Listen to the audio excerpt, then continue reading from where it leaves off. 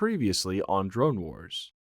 If you look at autonomous systems, they're disrupting the economics of warfare, and they're giving people who didn't have a shot 5 years ago a legit shot to winning conflicts. For a couple of $1 million, a second-tier country or a non-state actor can now have some of the same capabilities, and in many cases, force the other side to consume hundreds of millions of dollars to counter that. You have people in the DoD who say Ukraine is not representative of the future of warfare. I'd be curious to see who said those comments and if they've ever left DC. Protecting a church or a synagogue or a mosque or a school or how do you manage counter-defensive strategies there?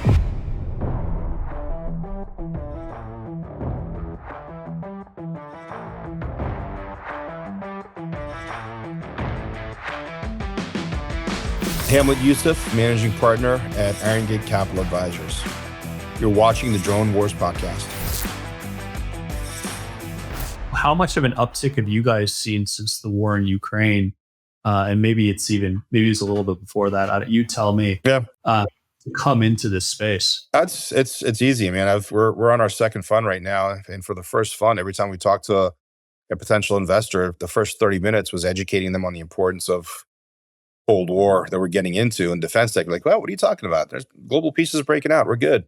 Unfortunately, COVID and the invasion of Ukraine and the CCP's belligerence in the South China Sea and a hegemonic Iranian regime hell-bent on being a powerhouse backed by nuclear weapons inside the Middle East has woken up the world. So I think people are starting to understand the urgency and the why of how jacked up things are, and global peace is not breaking out anytime soon.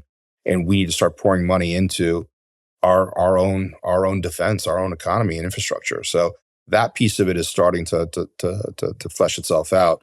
Now it's like, okay, the market is paying attention. It's interested.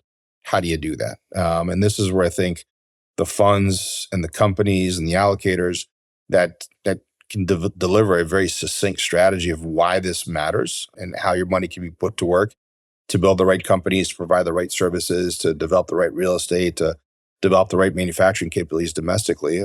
I think that's critical. I mean, you're attending the event in Detroit this week. I mean, there's the impact and the importance of something like this is massive. I mean, look at you.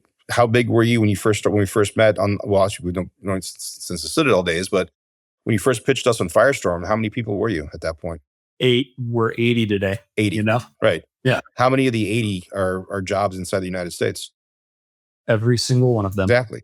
So those are high-paying, high-end domestic manufacturing jobs. Whole-scale manufacturing that was happening inside the United States in the 80s and 90s is gone. That's not coming back. It doesn't mean the manufacturer is not coming back to the U.S., but there's a real opportunity here as defense innovation starts to kick up. Like I said, defense innovation is not hardware, software. I'm sorry, it's not just software. A big component of it's hardware. We got to be able to build things. Those are high-paying domestic jobs here inside the United States. They drive the tax base. They drive money into the federal government and into the local government. So this is where I think states and municipalities can understand, okay, if there is, to your point, is this cluster of companies in El Segundo that are focused on aerospace and defense and hypersonics and whatnot, as a state, how does California start addressing that?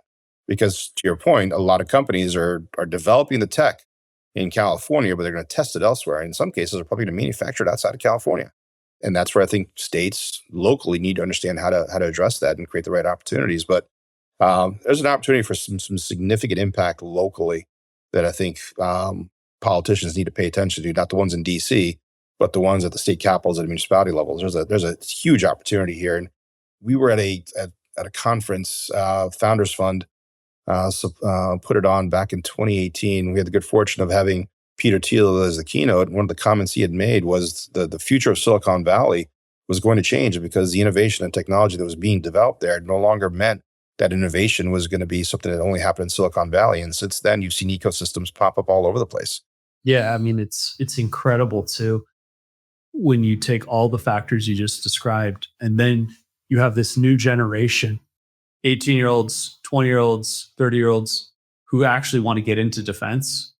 It's fascinating. This wasn't here 10 years ago. It was kind of pulling teeth, trying to get folks to work on not an offensive, just defense, dual use. Hey, yeah.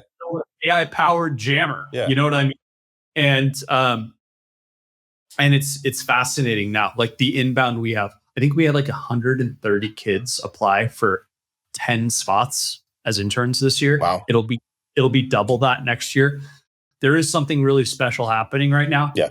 To your point, like the states need to wake up to this. We get recruited quite heavily, as you can imagine, by a lot of places in the South that Yep. are looking for these good paying industrial jobs. Yep. And I think the future of this is going to be you still have these tech clusters, right? Where maybe a lot of the innovation happens and then maybe some of the LRIPs or the smaller manufacturing happens. Yep. But I think that's where you can really play the arbitrage of like wages and availability and cost of land. You're not in $100,000 a month warehouse to build this. You're in a $10,000 a month warehouse. I think that's probably what you're going to start seeing is these manufacturing clusters pop up in places where the incentives are aligned the right way. Yeah, totally.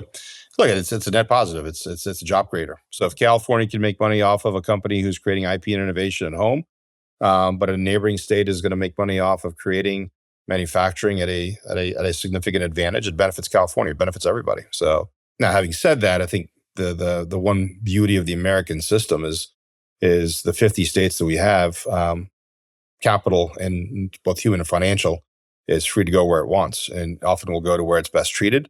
And it'll often go to where it is has the most lucrative opportunities in terms of growth and tax treatment. So we've got to stay very attuned to that. And I think the states that embrace that are going to be the states that are going to be set up to succeed significantly in the next several decades. The states that want to continue to tax it are going to have some issues. So let's focus on this like software versus hardware thing. I think you use the frame venture tourists, and it is spectacular. Yeah. Okay. The amount of conversations I think you're probably doing, educating VCs who are coming into this space, I'd imagine it's quite high. But like these guys are used to investing in software, right? Where you can go and gobble up a whole market. The DoD is not used to buying software. Okay. That's why you got to sell a piece of software that sits on a tablet, right? So it's a physical thing. Tell me about like how do you guys think through that as a fund, or how or when you support fund managers, right? And two, what does the government need to do better, in your opinion, to maybe unshackle the acquisition of software? The last one might get me in trouble. Look, as far as investing in this space, our approach and the folks that we invest with is somewhat aligned in the sense that this isn't the heydays of Silicon Valley and the tech boom over the last 20 years, where you're going to make 20 bets and hope a handful of them are right. You can't do that when hardware is involved because, like I said, it's more expensive. You also can't do that when lives are on the line because a failure of a product in war is not good. The end result of that is actually really bad. So you got to be very meticulous in terms of who you're investing in and how you're investing. So valuation becomes critical. I think so many people got used to investing in companies based on the dream of what they would build, where now you have to make sure that the valuations are in line. So if you're raising a $20 million round at a $200 million valuation, okay, what's the justification for that? Don't show me the hockey stick, because every deal shows me a hockey stick. Show me how you get there. And if you can show me a real alignment between inbound interest, contracts, firmed signed LOIs, then I think that valuation is defensible. But if you're telling me that this is the TAM or this is the market and here's how you're going to get there and this is just a hockey stick, well, those are the deals that got invested in old SaaS days. And I think those are the days are gone. And I think some cases you will see companies that will get funding for that. And that could set them up for a down round down the road. So folks who want to look at creating some sort of a distressed VC fund that cleans up bad deals with good tech 2 years down the road, there's going to be an opportunity for those, unfortunately, because some of these deals will get bid up. So going back to, I think what we're talking about earlier is we need to understand how to properly evaluate opportunity, and it's marrying it with actual insights, actual revenue opportunities or contracts or SIBRs, real vested investment from governments. But even understanding the difference in SIBRs is critical. I mean, I can't tell you how many decks I've seen with startups who say they have $2 million in SIBRs, which is small business dollars that are being deployed by the federal government that are non-dilutive. And when you ask the founder, what does that mean? These are all phase one SIBRs. I'm like, phase one SIBRs are easy to get. They're not, you shouldn't build that into your valuation. Show me phase 2, phase 3, direct to contract. That's meaningful buying from government. That's something I can now weigh into my calculus of how real is this investment versus valuation. And the other part of it is to understand that there are going to be defense unicorns. And obviously, you guys are hopefully going to be one of those, but you can't invest in hoping that every deal you do is a unicorn. Unicorns, by definition, are rare. They're not out. They're not running around the wild all over the place. So if you're banking on unicorns to make up for a bunch of your zeros, you're going to have a hard time in the space. The future of defense tech, I think, is going to be a mix of IPOs. You'll definitely see some of those, but in many cases, it's going to be companies that are going to get gobbled up, either through M&A, through the strategics, through private equity, or consolidation into primes. That's going to be, I think, a big future for defense tech, and in some cases, like an Anduril or a SpaceX, companies could just choose to stay private longer, and that creates a whole different opportunity for liquidity for liquidity events for investors. So, understanding how that space works, I think, is critical. Your question on government, having served in government, I've used this metaphor before. If you and I are hungry and we want to go out to eat, we have an idea of what we want. We have an idea of what our budget is. We go to the restaurant, we sit down, we look at the menu, we choose what we want, we make some modifications. It's the waiter's job and the cook's job to go back there and serve us the ideal meal that addresses our pain point, which is, hey, we're hungry and want Mexican food or Italian or steak or whatever. The problem with government right now, government goes out to eat. They don't have an idea or understanding of what their appetite really is. They do, but they don't really convey it. They're kind of nebulous in their budget. They sit down in the restaurant, they order off the menu. They'll go to a Mexican restaurant and order seafood and sushi, and then they'll follow you into the kitchen, and they're going to tell you how to make your food and get involved in the sourcing. And you can't do that. You got to get out of the way. The role of government, I think, is to understand how to properly convey and communicate to the market what their appetite is, what their budgets are, and what their requirements are. Allow us as the private sector to give you the right choices that address those issues. That applies to software, that applies to hardware. That's a huge part of it. And just like in California has the grading systems of ABC, of what's a properly clean and hygienic restaurant, I think we need to see and have a proper understanding of that in the private sector. And when I say clean and hygienic, I mean adversarial capital. What kind of money is involved in a company or a fund? What's that LP composition look like? Is it a bunch of U.S. families and strategics? Great. Is it a bunch of U.S. families along with vetted foreign capital from like-minded allies? Great. Is it a bunch of nebulous shell companies out of secondary markets that's a wash for Chinese adversarial capital to get into our defense tech ecosystem? Then no. Then obviously you don't want that in. And that's something that I think is critical. It's something that the VC community is starting to wake up to. But this is an area of government that I think is starting to garner and gain more and more attention, whether it's CFIUS, whether it's commerce and BIS, which is an element inside commerce that's paying more and more attention to this. I think it's critical. I think we need to start educating the VC community and the startup community that not all capital is the same. And if you want to do certain things inside government, particularly the national security space, then having a good, clean cap table and a good, clean investor base, I think is absolutely critical. Drone Wars is recorded from Firestorm's global headquarters in San Diego, California. Each week on the podcast, we bring you cutting-edge insights from unmanned industry leaders.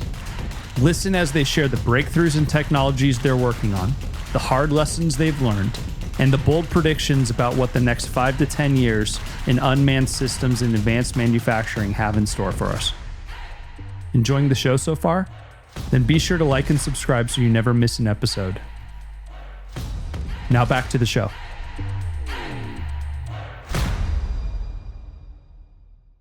Hamlet, last question, right? Where do you think autonomous warfare goes in the next 12 to 24 months?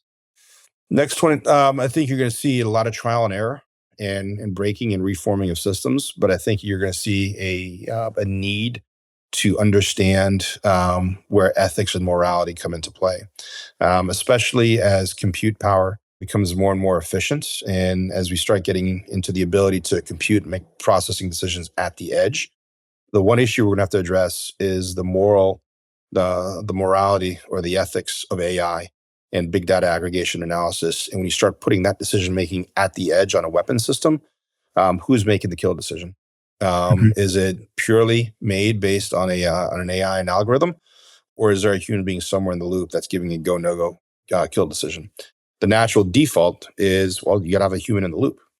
The issue there is if our adversaries, China and Russia particularly, are going to create autonomous systems that have kill decisions at the edge, do they now have a demonstrable advantage over us who does not? So how do you balance that? If we don't address that, then I think this ends up being a redux of the Revolutionary War, where the British were complaining as they're loading their muskets and walking in single file line wearing big red coats to attack the Americans. The American irregulars were hiding in trees and shooting from behind and shooting the officers. The doctrine of warfare has changed. And if you're not going to accept that change and stay ahead of it, then you're setting yourself up to defeat by a new irregular force. That's I think the issue, the pose or the issues that autonomy poses. That's at the nation state level. The hard conversation we need to start having is, again, it's what happens when autonomous systems fall in the hands of non-state actors, cartels, criminal organizations, gangs, terrorist organizations. How do you address that? No one's having that conversation right now because it's not a clean, easy conversation. Unfortunately, it's a conversation we may have to have after something bad happens. It's not a good way to govern, I don't think. No, for sure, man. And I have nightmare fuel too of, NVIDIA chips with LLMs powering drones being like, go do that. So, to your two comments on what you just said, right? First is that a kill box in the middle of the ocean is a lot easier than fighting house to house in a populated area, which in maybe our wild dreams, we thought we were done with war on the continent, but we see that every single day. And you see the difference where, there's like one side maybe doesn't care as much. They just are going to kill the enemy, even if it's in a populated area. Right. And to follow on to that, you'll find this fascinating. I've had some off the record conversations with folks at the UN and in the EU and even at NATO where they know what Russia's doing. And so they're like, we need guardrails on our AI, but we need literally the button to turn it off as soon as we feel like you know what I mean? Like we need to fight with the rules that we've established, but we have to be able to like unshackle it too, because our enemies don't care, right? They'll 70% of their troops to win the battle while we're trying to like preserve every single life. It's fascinating. If the Europeans are saying it, it means those conversations are happening, hopefully at the right levels. So it's a hard problem to solve. But it's something we need to think through because and it's not just autonomous systems. I mean, every facet of how we live our lives is about change. And I don't think people fully understand that. And the metaphor I've often used is from the late 1800s to the 1950s. We went through 2 world wars. We went through an economic collapse. We went through a depression. We went through a pandemic. And you saw the rise of the America as a superpower. You saw the complete balkanization of the Middle East and Eastern Europe. You saw the Brits fall from their position of dominance as the only superpower back at the turn of the century. And the massive tectonic shifts that happened geopolitically were driven by technology because in the 1890s, it was horse and buggy transportation and oil-powered lamp. And within 60 years, we went to the modern age, computing power, landing on the moon, rocketry, flying, and the modern city. So the technology disruptions completely reshaped the way we live our lives and completely reshaped geopolitics. I think we're about to go through that kind of economic dislocation or disruption in about 5 to 10 years. So I think people don't really understand how much this impacts economics, how much this impacts our lives. And going back to drones, you zap every drone that's flying over your house. Well, you can't do that because in 5 years, Amazon and UPS and FedEx want to do last mile logistics of having drones literally to land in front of your porch to deliver your medication or your food or whatever. So how do you manage that? How do you allow for autonomous systems to advance society without being used as a detriment? And this is where I think the hard conversations around morality and ethics come into play because technology is not evil. A drone's not bad. A drone is just a drone. You tell it what to do and it does it. It's the rules that we give it. It's the governance that we put around it. It's the regulation that we put around that derives its benefit or its harm. And I think as innovation kind of takes over here, in many times, I think governance is well behind it. And it's not 2-3 years later until Pandora's box is open until we try to catch up with it. And I think the pace of the change that's happening right now, we can't afford to do that from a governance standpoint. You know what? Thanks for taking the time today. Yeah, man. Thanks for listening to the Drone Wars podcast. Each week, we bring you fascinating conversations with leaders shaping the future of air, sea, land, and space technologies. Catch new episodes wherever podcasts can be found. Until then, we'll see you next time.